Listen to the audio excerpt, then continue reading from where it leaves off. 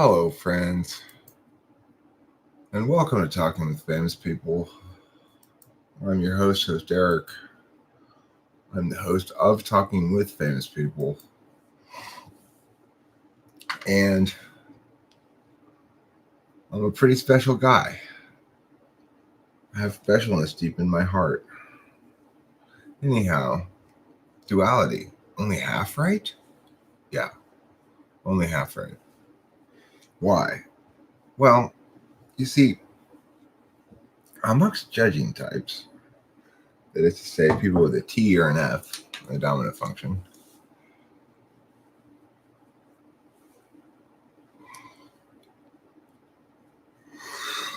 they are always, with their duals, the same aspect. Namely, they are either metaphysical type or physical type, and they're both the same. So if you get INTP and ESFJ dominant FE, that's a metaphysical function. INTP dominant TI, that's a metaphysical function. This is true for all TFs because the T and the F axis is the same metaphysicality or physicality for both. But on the perceiving functions, let's say the N and S functions, it's the opposite. So if you're a INTP, you're judging first, judging fourth, and perceiving in between. But if you're an ENTP, you're metaphysical first, physical fourth, and then split in between. So if you're going to have a proper dual, then what's called a dual, INTP and ESFJ are duals, and that works fine because they're both metaphysical types. Not any difficulty there. They both fundamentally are turn-based in their understanding of the world and the universe. Now, in contrast, ISFJ and ENTP, they're two different kinds of types. ENTP is metaphysical, and ISFJ is physical. The proper pairing, therefore, for ENTP is INFJ, because then you have something equivalent to duality. You've got both types being metaphysical types, both types having a physical function in the fourth, and the reverse of the metaphysical physical interface in between, which is exactly the same as you have for duality. Namely, they're the same in 1 and 4, and the opposite in 2 and 3. So INTP is metaphysical 2 and physical 3. ESFJ is physical 2, metaphysical 3. Opposite. INTP is metaphysical 1, metaphysical 4. ESFJ, metaphysical 1, metaphysical 4. Same. Now, ENTP and INFJ, same in the 1-4, metaphysical, physical. Opposite in the 2-3. ENTP is metaphysical. No, I mean the same. I'm sorry. Then they have the flipped, but it's the same metaphysicality for both of them in the 2-3. So that's not correlative in the center. That doesn't line up, but nevertheless, it's the same concept. It's like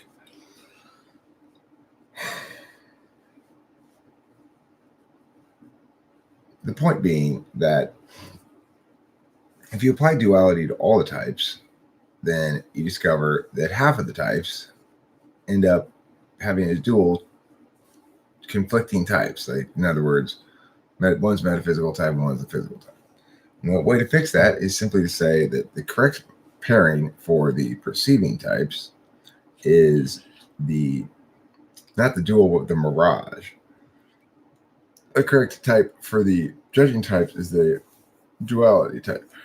So that seems to make a lot more sense to me than the way that Socionics understands duality as being the same for all types. That's silly because there are different relationships with the fields, metaphysicality and physicality, between the two types. So that's going to cause conflict. Kimberly and I could never get on the same page about anything because she didn't operate in the currency of truth. Truth always served her experiential knowing. And so I couldn't ever get any progress. I couldn't ever talk to her and make any progress. You know, my words would be pointless. They just fall on deaf ears. Because, of course, I was trying to use the truth to move her, but she was never going to be moved by the truth. I'd say, yeah, but here's the truth. And she'd say, my experience is all that matters. Not, she wouldn't say that because that would have required her having some processing of the truth, you know, to actually understand things, which she refused to do. She absolutely refused to listen to me or process anything. So, you know, as a consequence, we couldn't ever possibly work things out. You know, it's like, it didn't matter what words I said. If it doesn't matter what words I say, then you've got no business being with me at all. I'm a word person, obviously, and words matter a lot to me. And also, it's what I have to offer a person. It's like, listen, I can totally solve our problems, our relationship problems. I can totally be the best relationship partner you've ever imagined having. All you got to do is listen. That doesn't mean obey. It means listen. Actually listen to me. There's no words I'm saying. Hear them, understand them, and process them. That's all it requires. But ISFJs can't do that. They can't listen for shit. You know? To her, it's always like, you're trying to force NI upon my SI truths or something. I'm not. I'm trying to fix problems. You know? That's the bottom line. If people are hearing words that they don't want to hear from me, and there are a lot of people in the world who do not want to hear my words, you know, are desperate to avoid hearing them. If you do not want to hear my words, then what that tells me is that there's something inside of you can't face. It's as straightforward as that. But for ISFJs, if they're undergo too much damage, they're never going to be able to face that. It doesn't matter. Facing shit doesn't mean anything to them. It's just their experience anymore. Whereas, in contrast, every time that there's any sort of dispute between me and Rachel, and they're very infrequent, frankly, but every time there is any dispute, we resolve it using the truth. It's the only way to resolve anything meaningfully, because no matter what type you are, you still have to use communication. You still have to use language. You still have to use TI. You still have to use FE. And TI, FE are all about language. And, you know, if you're an FI dom, you still have to use TI and FE to communicate. Everybody does. It's unavoidable. And so, you know, it's one of the great frustrations. And I think Rachel and I have both been going through this. We've been going through periods of being mad at former partners briefly as we realize, what the fuck? All this requires for me to be happy, obviously, is a decent human being as my partner who treats me decently and is responsive to the truth. I think we're both experiencing this with each other. Like this, I cannot believe the way that fuck treated me kind of thing, you know? Now that we've experienced that it is in fact possible to be treated properly by another human being, that it is in fact possible to be respected and loved by another human being, that it is in fact possible to solve all of every relationship problems with language, that it is in fact possible, and that I was right the whole time, that if Mia had listened to me, we would have solved that problem. That if people talk to me instead of turning into spite monkeys, the problems resolve easily. I'm not interested in sustaining conflict. I'm not interested in being adversarial with people. I want to actually get to the truth and have the truth resolve it. What happens when people really run afoul of me is they want to resolve the problem with lies. And that I'm never going to tolerate.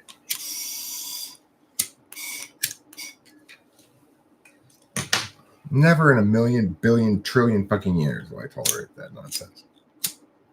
No, listening is the problem. Understanding is not, Jean Grey. I'm an excellent fucking teacher. It doesn't matter how complicated the thing is. I can teach it to little kids. So the problem is listening, for sure, not understanding. Or willful misunderstanding, that might be a problem. Unwillingness to learn anything from me, that's a problem.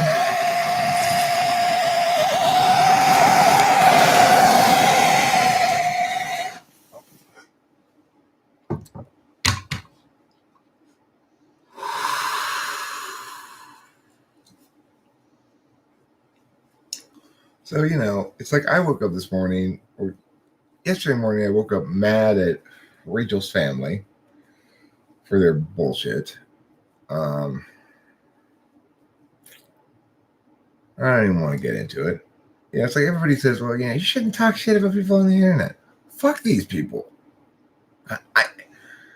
If I'm talking shit about somebody on the internet, you can believe 100 billion% that they've refused to talk to me in any reasonable fashion. It's like people who don't listen can't stand me. People who aren't honest, people who aren't open to possible things, that people who aren't willing to grow, people who aren't willing to learn things, people who aren't willing to listen and hear, people who aren't willing to be wrong. They fucking hate me. They hate me like they've never hated anybody in my life.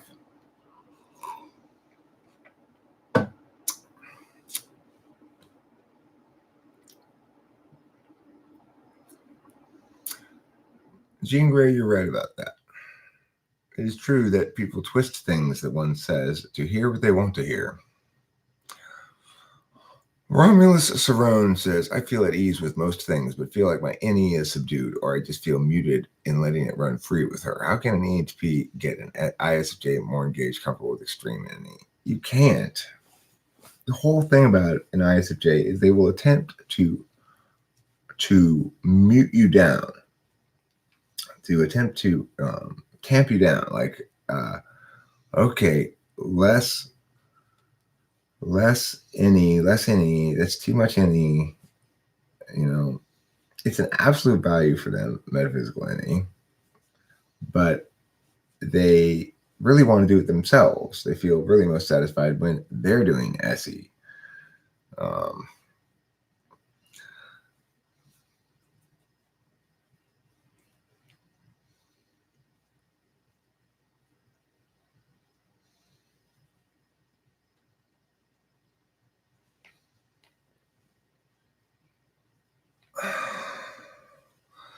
By the end of my relationship with Kimberly Oswaldo, I was the most silent man I'd ever been in my life.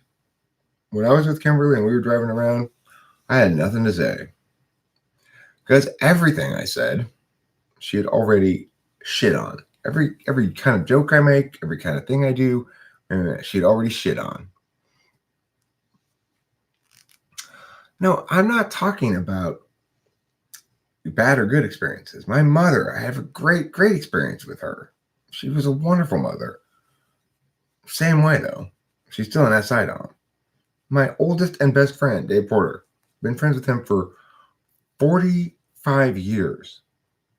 He's a great guy. He's still an SI dom. He's this way too.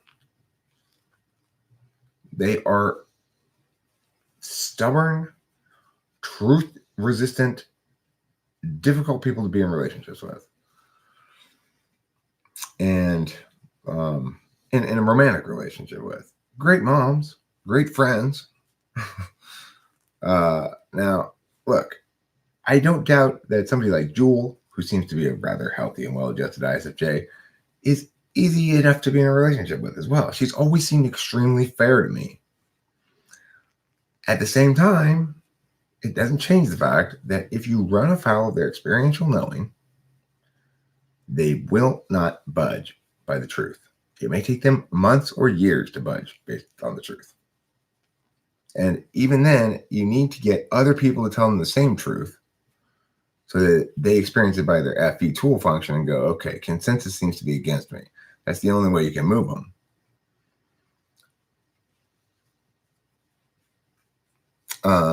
Anyway, it's pretty straightforward. It's that you need to be the same kind of type, metaphysical or physical, to be in a successful romantic relationship. So for duality is not BS for judging types, I believe. So, for example, my dad's a TE Dom, and I don't doubt that he would be well served to be with an FI Dom, but it would have to be probably INFP, because I think the thing that he likes about my mom, or I think that helped them to get along well, is that they both have SI up high and they both have NE, and they made their own experiential stuff. My parents both talked a lot. Now my mom doesn't, obviously, but my my cards. Oh, it's funny. But they both made a lot of memories together. You know, they met in Europe. They spent a lot of time together. They told the same stories about the past. My mom was TE Polar. My dad was TE Dom. And what that played out as is my dad kind of like, bossing everybody around until my mom would have SI experiential freak out time, where she'd stomp her feet and go, no, no, no, no, no, and refuse to explain or justify anything, but just no, no, no, no, no. And my dad would go, oh, okay, guess we're not doing that. My dad would just be like, okay, you win, and just change the thing he's doing, because of course he's TE. There was no need for him to win the TI battle. I would get frustrated with my mom because it'd be like, Mom, but that's TI bullshit. And my dad would go, well, James, he's right. And then my mom would say, no, no, no, no, no. We'd all just throw up our hands. Okay, ISFJ dug in her heels. Forget about it. But no talking to him. TI doesn't matter. FE doesn't matter. Their experiential knowing matters. And for my mom, that would be fear a lot of times.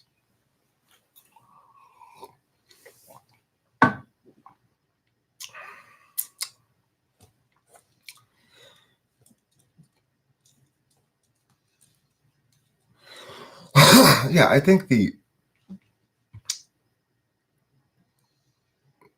I get along very easily with my ESTJ dad too. We get along great. Is there definitely a like boss underling thing going on? Yes, but but see, here's the thing about INFJs. The TE polar, sure, when they don't, but the thing is, I'm not a TE Dom. This is the difference.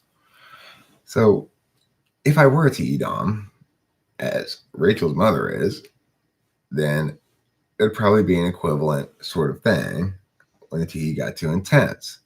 And if my TE Dom mother wasn't cool, like my TE Dom dad is, then my TE Dom mother might do all kinds of horrible things, like try to medicate me every time I put my foot down, or hospitalize me, or basically use mental health as a weapon against her, even though she has no mental health problems.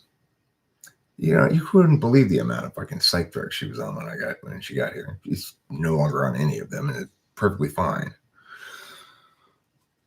I mean, not that I had no position on it. I didn't say get off them, stay on them, whatever. She just realized that she was here that she didn't need any of those fucking drugs. Yeah. That's the kind of serious ontological violence that's been done when somebody has pathologized you in this fashion. It really, really helps that she's an NI Dom, not an SI Dom, because the truth is very powerful. She always knew, but it's hard for an INFJ, even with NI in the dominant slot, since they've got FE in the second function, to continue to know that truth in defiance of the truth indicated by your tool function is a big challenge. When everything lines up, all of a sudden the INFJ can, it's like the timing belt starts working on their car and everything runs smoothly. I think it ultimately doesn't matter what type someone is when it comes to relationships. There are so many layers that go into relationships, and personality is just one. Also, personality is shaped by more than cognitive functions, and everyone has their problems relative to their social experience and psychology development. That's true, tell me. But of course, if we take that approach, then we deny ourselves the opportunity to understand people and relationships better. What you're saying is, because any single explanation will fail to completely explain everything, we ought to explain nothing. So that's simply a failing argument. I don't need absolute solvency to win the argument. I need more solvency than you.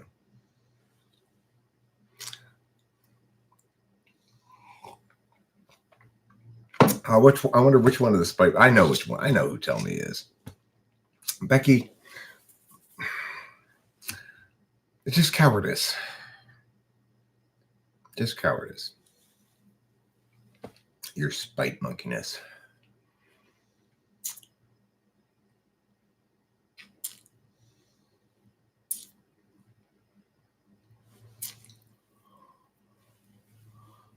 I mean, the thing is, I think actually Enneagram type is rather important in compatibility.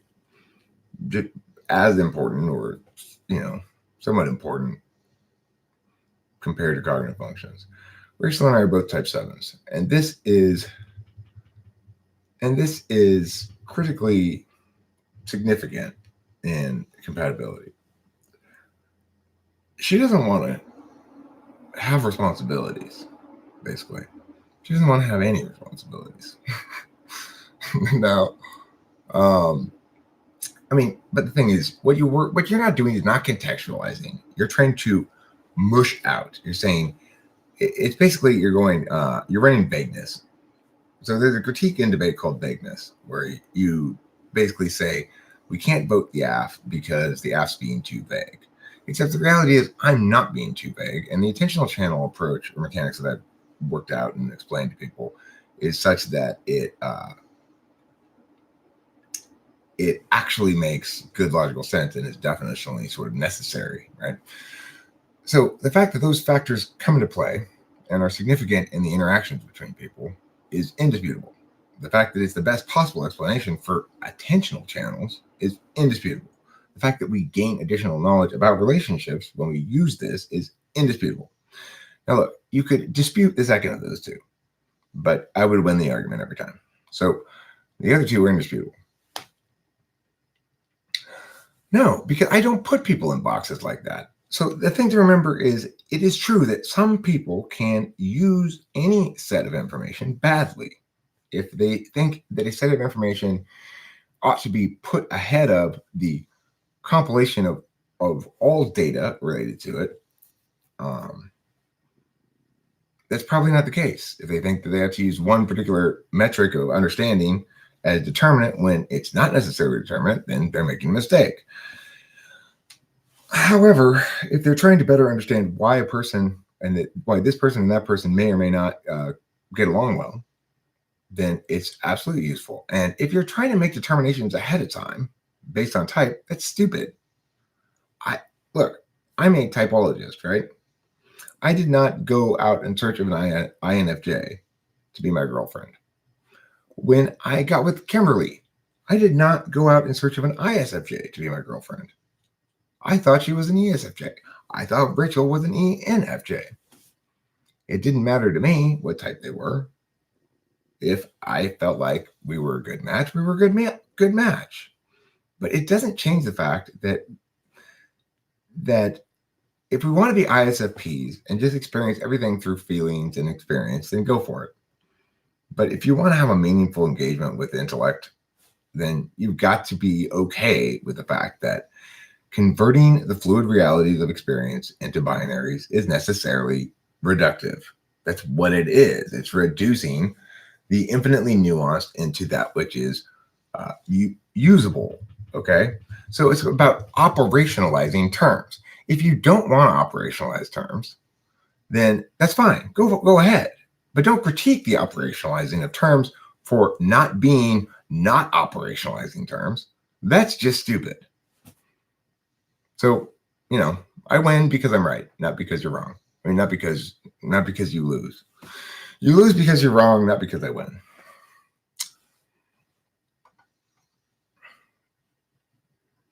I'm not framing the outlook of understanding only through TI and FE. Not at all. Right? I'm saying if you want to do that, go ahead, but then don't engage with language. That's fine. Don't engage with language at all. But if you are going to engage with language, why not do so usefully instead of uselessly? Right?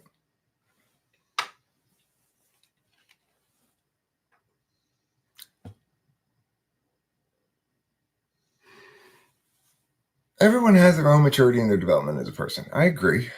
Everybody is in this stage of development that they're in. I saw a great thing on, I guess it was Facebook the other day. I saw this amazing thing, actually. It's quite so spectacularly right, I couldn't believe it. It talked about the stages of the development of the ENTP, and had 10 of them. It was exactly right. I should try to find it. And I know exactly which stage I'm on, too. Let's see.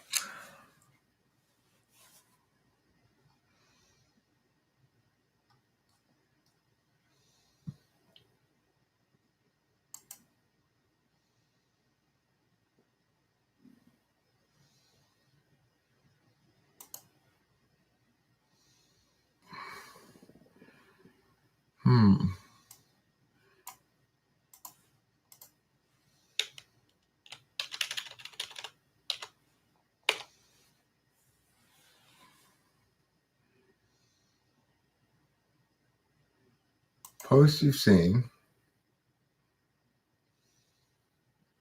Post that I thumbs up.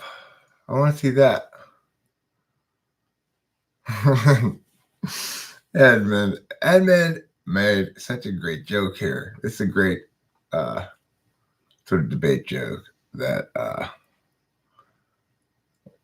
people will debate tonight. Hey girl, are you a communist? Because I can feel an uprising in my lower class.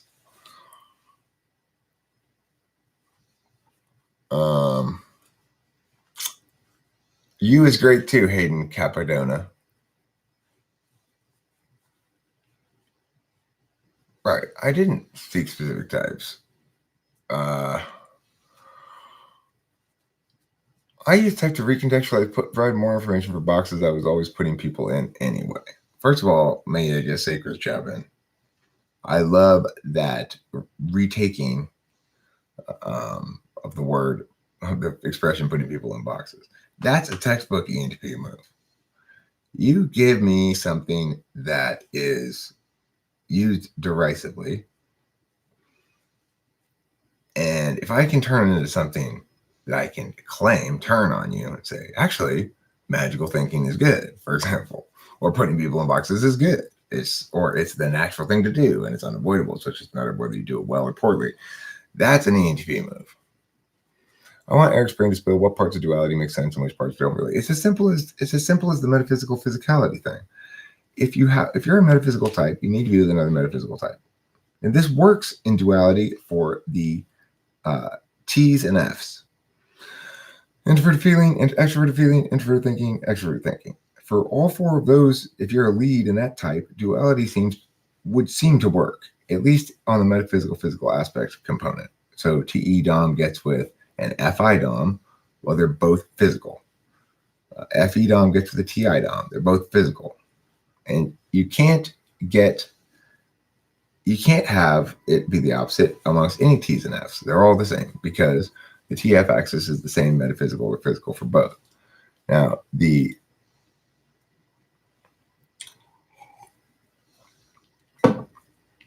just because you're not an ENTP doesn't mean you can't do a textbook ENTP thing, which is what I said. That's a textbook ENTP thing to do. You can't look at correlates very clearly to get a type. You gotta go, okay, just because this person seems to be doing ENTJ shit doesn't mean he's an ENTJ. Like that tax lawyer guy, right?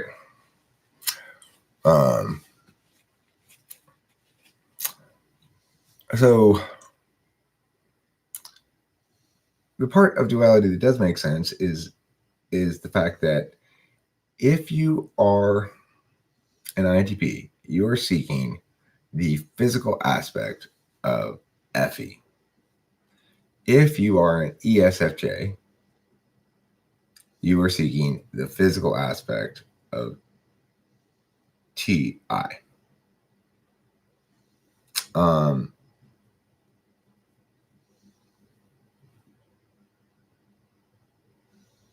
See, I would suggest, there's probably a more complicated mechanics to it. Because look, you get ESFJ and you got ENFJ. ESFJ is the more physical manifestation of the metaphysical interface function FE. ENFJ is the less physical or more metaphysical manifestation of the metaphysical function FE. Now, in my understanding of the aspects, both types seek the physical aspect of FE because it's relief from their dominant function, which is not natively metaphysical. However, it seems actually more likely that the ESFJ, being the more physical of the FE users, would seek the opposite, the metaphysical aspect of TI, because given the fact that they're using SI as a tool function, they're manifesting more easily the physical aspect of FE as they naturally go through life. And in fact, I think that's probably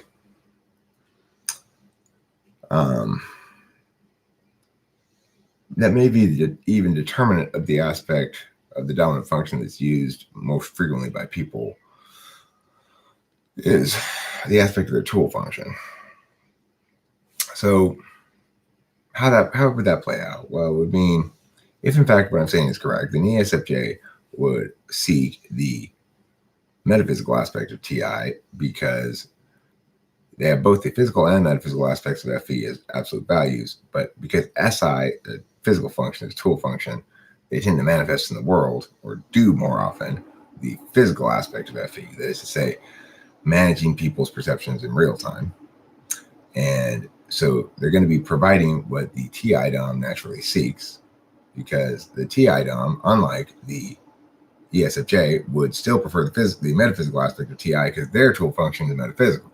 So they would seek the physical aspect of FE, which is provided naturally most frequently by the ESFJ, who seeks the metaphysical aspect of TI, which is provided most frequently by the INTP, and everything works out great. Because as far as I can tell, ESFJ INTP is in fact successful. I have an example that's very clear. And beyond that, it just makes sense. It makes sense on so many levels. So I think I need to adjust my aspect understanding accordingly, which is to say, just really one difference I need to add, that if your 1 and 2 are in contrast to each other,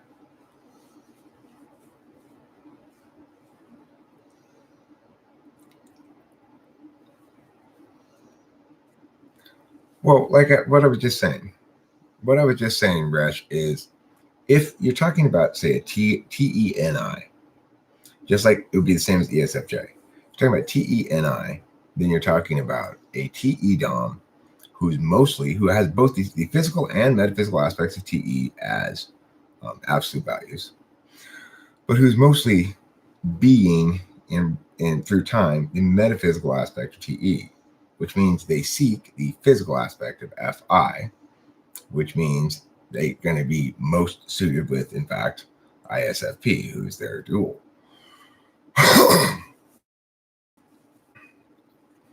So thanks, JL. So I agree with your statement there, Rash. I think I need to revise the understanding of things to factor that in, because we do have two types who use a given function, one of which they're the same, like me, ENFP, metaphysical, one of which is their opposite, like ENFP, metaphysical, physical. It does seem to make sense, and it does seem to play out in my referencing of SI data of all the various people I've encountered and whatever, that ENFPs are much more physically NE, that is to say, like Sauce. He brews beer and welds and does all kinds of crazy shit like that, right? Meanwhile, I just make talking videos. So it would make sense then that he would seek more the metaphysical aspect of SI as a relief function, and I would seek more the physical aspect of SI as a relief function. And as a consequence, that his dual would provide the metaphysical aspect of SI more. So now with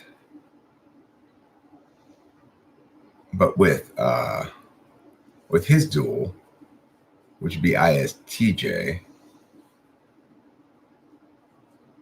according to my model, they would not provide the metaphysical SI, they'd provide the physical SI. And so in that instance, it wouldn't work. So I don't know. I have to think about it more, obviously. It has something to do with the aspects, I suspect. And I'm pretty confident that it is the case that N's and N's need to be with each other and S's and S's need to be with each other when you're talking about perceiving types. So I think ESTP is a better partner for ISFJ than ENTP is for ISFJ. I think that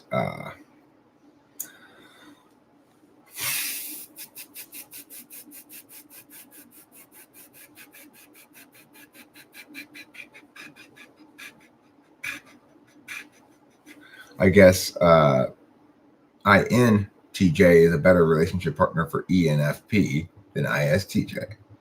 So in that instance, you're looking at somebody, you're not getting the seeking function anymore. You're getting something else. Since ISTJ, ENFP's dual doesn't provide that metaphysical SI that the ENFP is seeking, then the ENFP is better off getting NI instead of SI, because at least NI is consistent with the currency of their dominant function.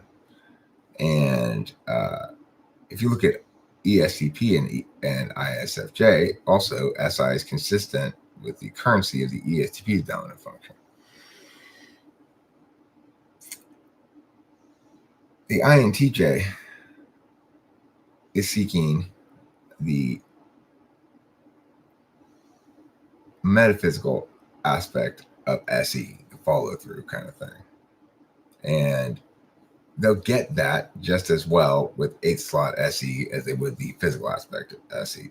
Get it about the same either way. And it's pretty good. It's complementary as well in a lot of ways, as I've noticed between Rachel's 8th slot SI and my 4th slot SI.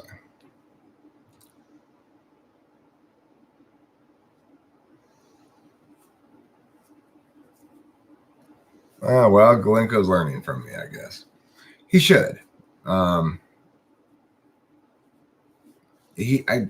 thing is, no matter what socionics does, until they get right the fact that there are 2 basic kinds of fields and 4 total fields, and that functions are native to those fields, and that there's information flow, either putting, getting, receiving, interfacing, they're not going to get anything actually right. It'll be metaphor.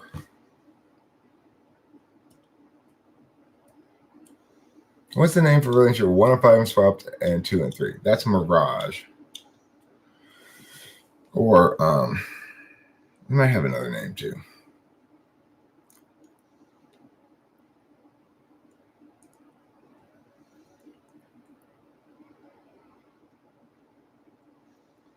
The INTJs I know just love the ENFP, yet they seek follow through. Seems like the INTJ is easily fooled by ENFP.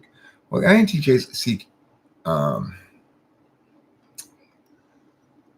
they seek to delegate follow through. So the physical aspect of SE is the part that they think they can do themselves. The metaphysical aspect of SE. Oh wait, if I were gonna switch it like I was saying, then it would be because they're physical NIs, and there would be the absolute value for them would be metaphysical NI. That would be the one that they do themselves. The one that she can help with is the physical aspect of SE. So, in other words, they want the ENFP to start having sex with them, initiate sex, take them, drag them to go play racquetball, shit like that. Not the follow through. I had it backwards. Sorry. Thank you for pointing out the problem there.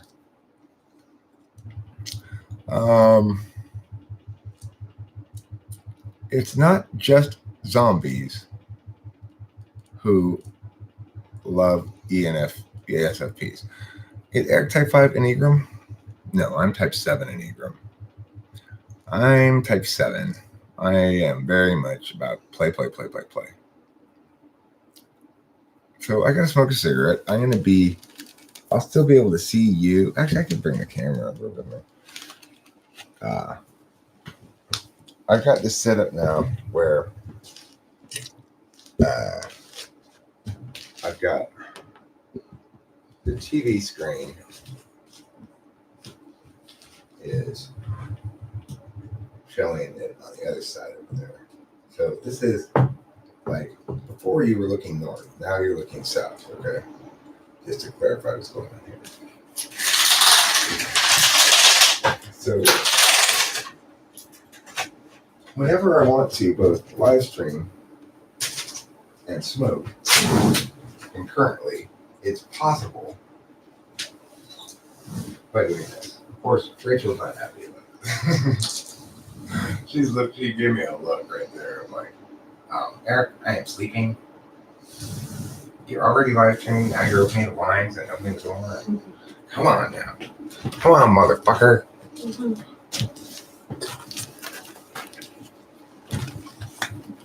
This fucking guy. That's what she's thinking. I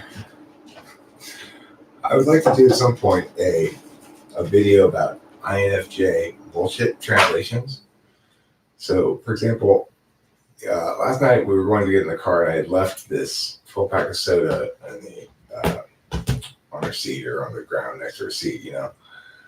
And she says, did you want to keep this here? Which basically is her way of saying, move your fucking shit off of my seat, you know. But instead of saying, can you move this or whatever, she asks me if I want to keep that there. That's INFJ bullshit in a nutshell, right? It's like,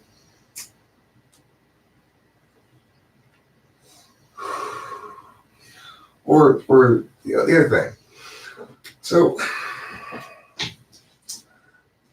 we had these two things of leftovers in the fridge. Both of them were Rachel's. One was from lunch, one was from dinner. She had Mexican food and she had this sandwich. And I said, look, can we throw one of these away and just keep one of these leftovers? Which one do you want to keep? Here's FE Tool and an INFJ. She looked at them, clearly thought to herself she wanted to keep the Mexican food. But instead of saying, I want to keep Mexican food, she said, which one do you think keeps better in the fridge? Knowing that sandwiches don't keep particularly well in the fridge and Mexican food does, and I'm going to answer that way, right? And so then she didn't have to have any FE considerations about what my feelings are about her.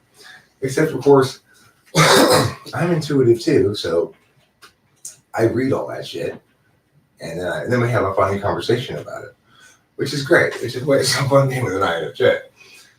It's like, oh, is that how you go through life, handling shit?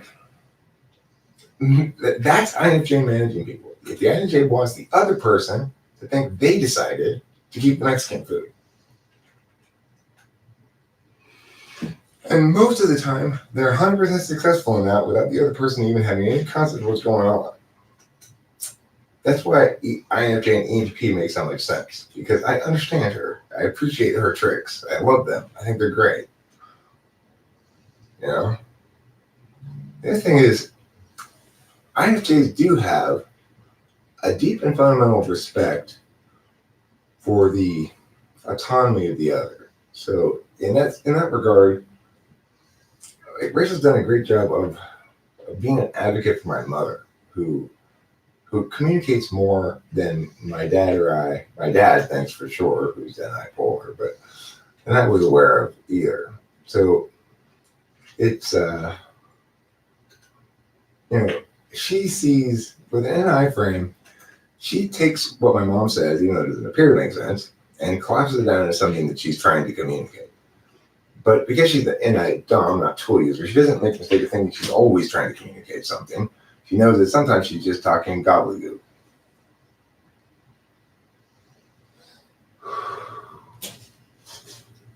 Because I'm so ignoring and language focused, I kind of assumed she was always talking gobbledygook. But the reality is, she's not. She's often trying to communicate shit, and she's just using, she just doesn't have the full access to words. So,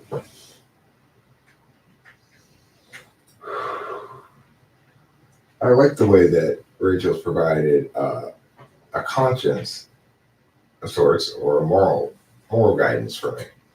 I wouldn't have thought it really possible for somebody to come in and provide me moral guidance. But that's just the arrogance of ignorance, It's like until you learn what you don't know about something, you don't know it. And that's just all there is to it. So, let's see, any relationship can work. Some might be harder. And yes, personality type may be a primary contributing factor, but to say that shadow relationships won't work is limiting. Yeah, you can make just about any relationship work for some period of time. My relationship with Kimberly was doomed from day one. We were not at all compatible in any way, in ways that were not either of our faults, and in ways that were sometimes one of our faults.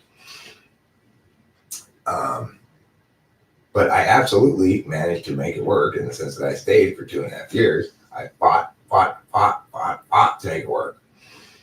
I fought every battle I had to fight. There's some boundaries a partner can't cross, and you've got to fight those battles. You got to get agreement on those issues. If you can't, the relationship's not going to work.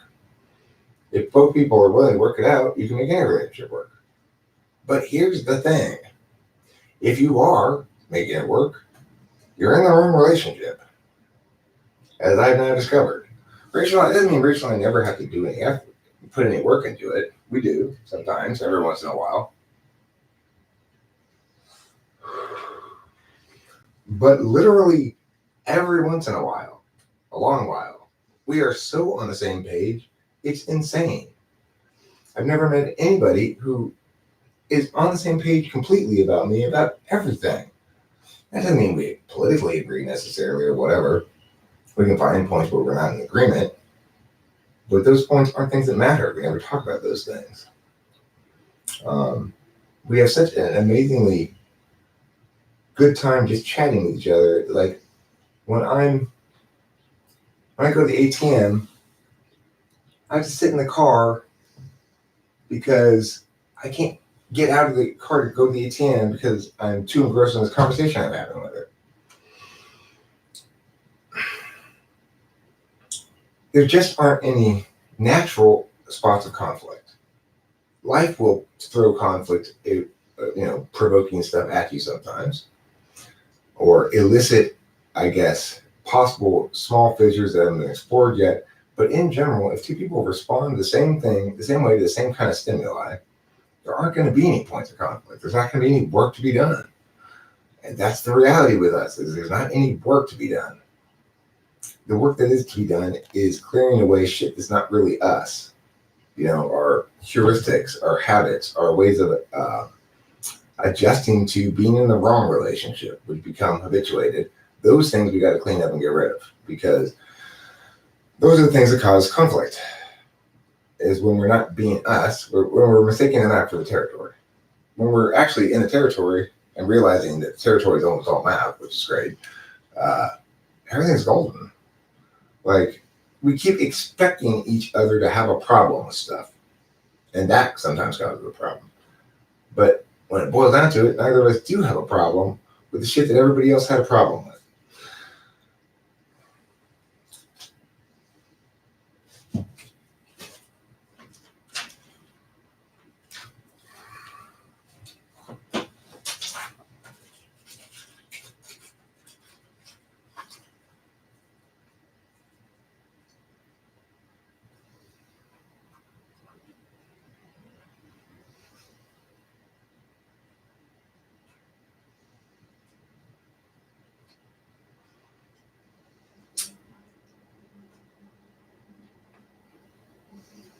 Love makes us blind, by the way, at least for a while.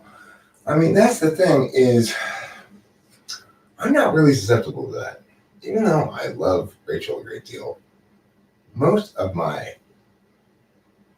positive regard for this relationship is not based on feelings. You know, I like having the FI time with her, but I am fundamentally bipolar. So most of the time, I'm not really feeling anything about her or anything else. When I do want to feel, I say, I want to have FI time, Rachel, and then we hug and say nice things to each other, and we do that a couple times a day. But I'm not blinded by love at all. Like, emotions just don't do that to me. Maybe at first, in the first week or so, the state of limerence, I was like that. I was impacted by my feelings dramatically. But right now, my main feeling about Rachel is, and being with an INFJ, is relief. This sense of like, I don't have to work. I don't have to work at this. This is easy. The shit that I'm expected to do, I can easily do. I don't have to work at it. The shit that I naturally do doesn't make her mad. By the end of my relationship with Kimberly, I was a silent man. You know, she had squashed down every aspect of me that was playful or fun. She shit on them all. And she just didn't enjoy who I was fundamentally on a day-to-day basis. You have to find somebody who genuinely enjoys who you are on a day-to-day basis. You have to find somebody with whom you are genuinely compatible. Now, I think that personality type actually has a lot to do with that, because if you're not compatible on an attentional channel level, then you're gonna have a problem. But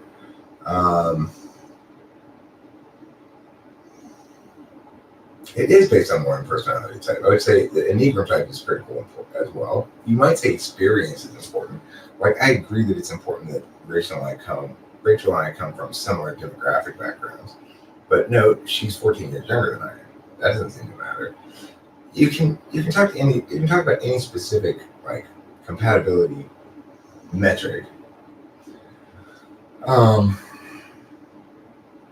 or I guess standard, or whatever you want to call it, unit, compatibility unit, and say you should have this much compatibility or not in this area. And I think there's not going to be any determinate argument about that. But the fact is, I don't think anybody should go out looking for a partner based on their type. They shouldn't say, "I am not going to date anybody but yeah." I don't think that makes sense, because you got to allow for some magic in the world, right? You can't control everything like that. But regardless, if we were going to place bets, for example, I'd bet on the right pairing lasting longer, and I'd bet against the ones that were the wrong pairings lasting longer. I bet for ENTP staying in a bad relationship the longest. And I think it is absolutely fair that you can make a distinction between bad relationships, good relationships, and healthy failing relationships. Like, my second marriage was a healthy but failed relationship. We were not meant to be together, but we worked out fine for as long as my daughter needed to be raised, and we functioned as a 3-person family with a mother and a father and a child. We worked out fine because we had some common thing we both thought was paramount. We both focused on, which is the raising of the child and the idea. As soon as she became too old, that relationship fell apart. It was a healthy but failed relationship. We weren't meant to be together. A bad relationship is like the one I just got out of, where the one party is unhealthy and toxic and is dumping on the other person. And then a good relationship is your last relationship, unless that person dies. It's the right relationship. So I've had a couple of bad relationships. I've had a couple of healthy but failed relationships. And I've had one good relationship. I'm in it right now. And it's dramatically different. It's a matter of kind, not degree. It's qualitatively different, not quantitatively different from any other relationship I've been in before. Which is to say, it is truly compatible and truly complementary. We're both SX types as well. I think that's important. If you're going to be in a good relationship, you need to be SX type probably. Rachel has this. She knows about. I don't know where she got the information from, but there's something in some place that says like tri-type 784 is always SX. Tri-type 748 is either always SX or SP. It's something like that, you know. And I don't know how accurate it is, but it does seem to make sense that SX types would be naturally suitable for relationships. I'm pretty clearly SXSO. So like when my last relationship was getting just awful and really toxic and abusive, then I just go on the channel and vent about it with the community and find communion with the community.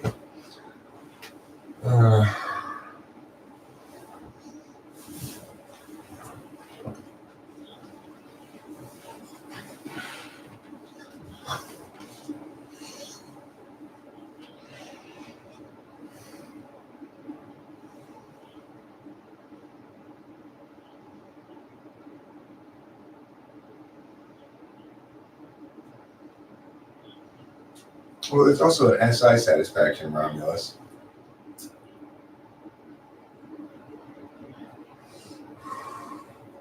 Anybody who's got SI in the front stack is going to find some value or utility, one of the two, in going to find some value or utility in familiarity. So familiarity is inherently a good thing to an SI front stack person on some level. For my dad, the SI tool user, he's got a weird relationship with it, which is like he puts together all these photo albums, but then he never looks at them. That's SI tool.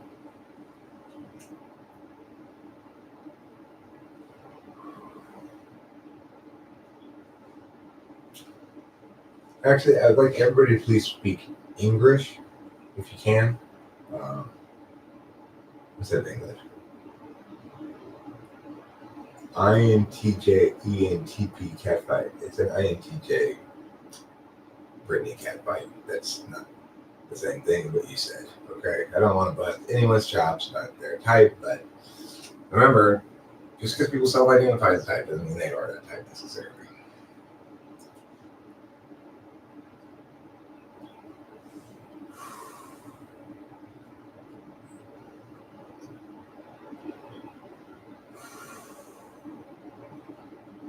I'm gonna have to wrap this up shortly. So I'm gonna finish the cigarette and wrap it up and get my mom up, put her in the shower, get her breakfast, yada yada yada. If you don't want to speak English, then please speak Spanglish.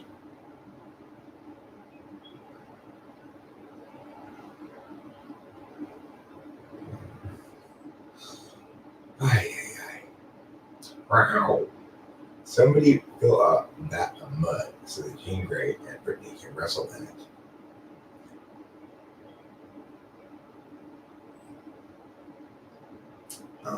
Or oil wrestling would be fun too. Let's put them both in bikinis and have them oil wrestle.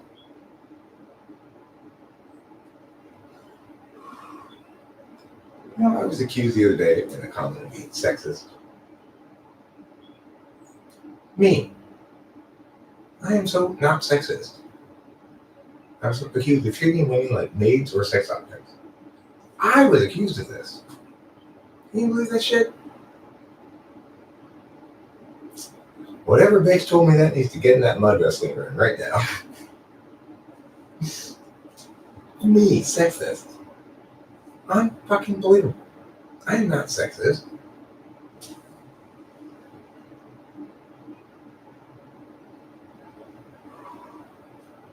I treat everybody the same. Obviously, Rachel's a little different. I do plunge my penis into her in a very sexist fashion, I suppose. Like, oh yeah, I'm fucking you with my penis. Like that, right? But that's to be expected when you're having sexual intercourse with somebody.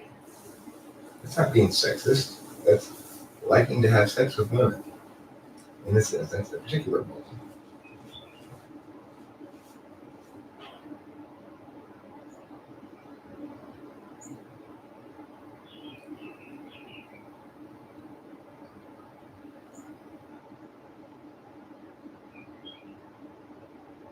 Thank you, Winston's mom. I don't feel sexist.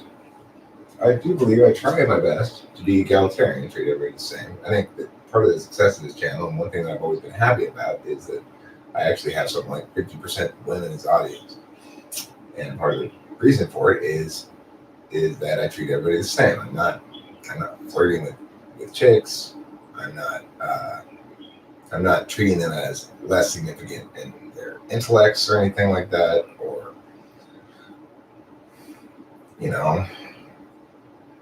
talking about their bodies stuff. So I don't know why I would be accused of being sexist, treating them like a maid. I do all the maid stuff around here anyway. Mostly, I do the cleaning and the cooking and stuff. Doesn't bother me at all. I have no problem filling those kind of expectations. She doesn't even have them. That's the thing. It makes it easy to fulfill. She doesn't expect me to do it. I just think she needs to eat sometimes when she's not eating, so I'll make her some food. I just feel like cleaning up, so clean up. It's just that simple. It doesn't require any. It's not an area of fairness that matters to me, right? That's part of what it needs to have an instrument value TI. The fact that I do more productive, quote unquote, stuff than Rachel doesn't matter to me at all. I don't care. She does the only thing I need her to do, which is love me. Be a good human being, and be yourself. That's it. That's all I need her to do.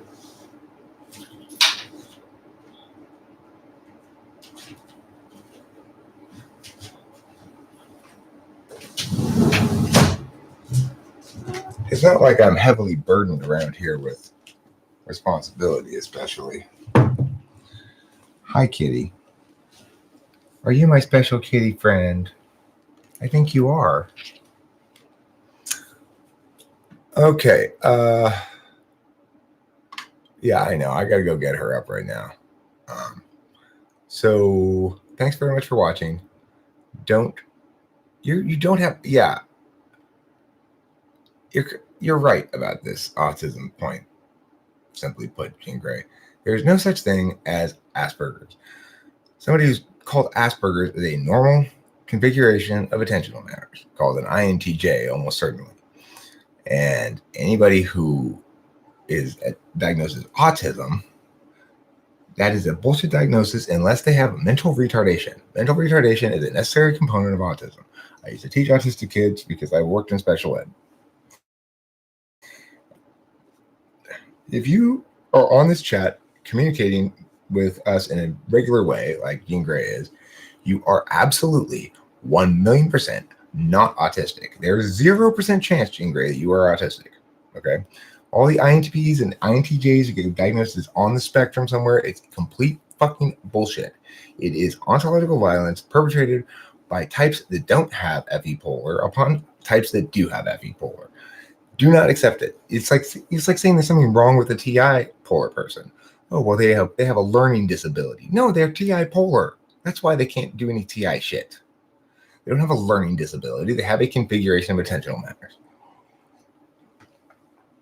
It's like saying an ENTJ has a memory disorder. They don't have a memory disorder. They have ENTJ. That's what they have. So that's it. The end. Love you. I love you guys. Don't forget. Oh my God. I love you. Don't forget to eat bunny cheese.